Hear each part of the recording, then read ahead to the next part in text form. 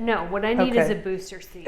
That is what's going to make this interview more effective. Okay, I'm with my friend Melissa, who is a personal finance coach. Correct. It's all about the Benjamins, baby.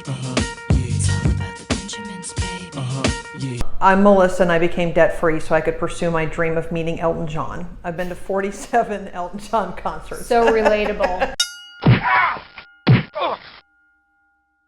Let's talk about not being house poor, because you've probably heard that term. Yes. And it means it's often when you've bought at the top of your price range, Yes. and then you can't put a damn thing in it. And Right. you've probably been in a house like that. Lovely home, beautiful home, cathedral ceiling, unnecessary sliding barn door, but there's nothing in it. Your Yes. loan officer, their job is to look at your debt, to look at your income and tell you what range you can qualify for, but they don't know about that Amazon habit that you Right. have.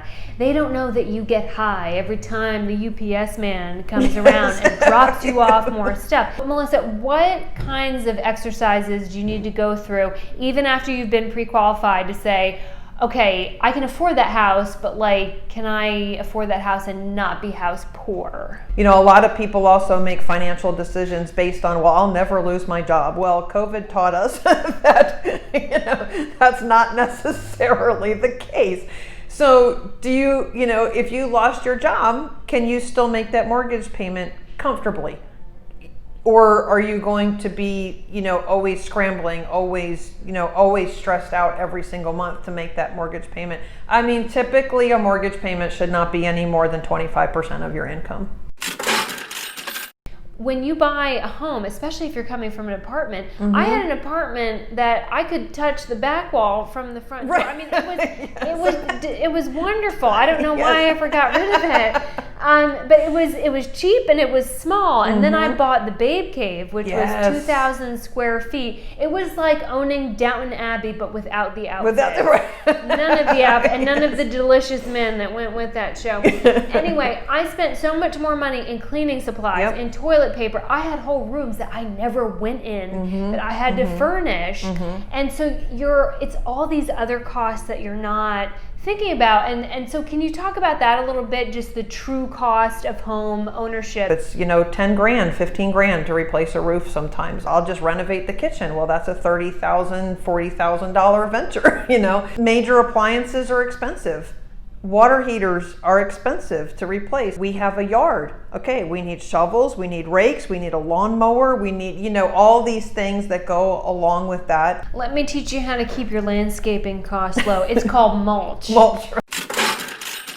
I know that the advice is to write it down, look at the expenses, Yes. all that, bounce Yes. that off your income. Yes. Is there any funner way than an Excel sheet to look at your money? Well, I personally teach my clients to handwrite their budget. It all goes to psychology and mindset. When you have a worksheet and you have to write in a number in the box, it makes it real.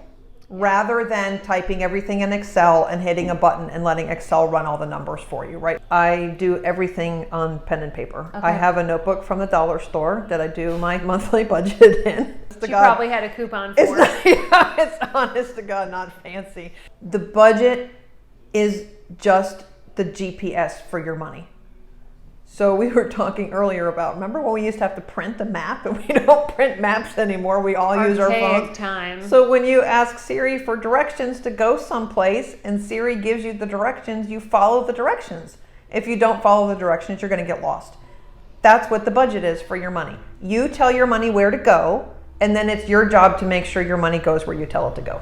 Yeah, so the difference there is that if you don't listen to Siri on the road, she will reroute you. In a budget, you will just crash into the wall. Right.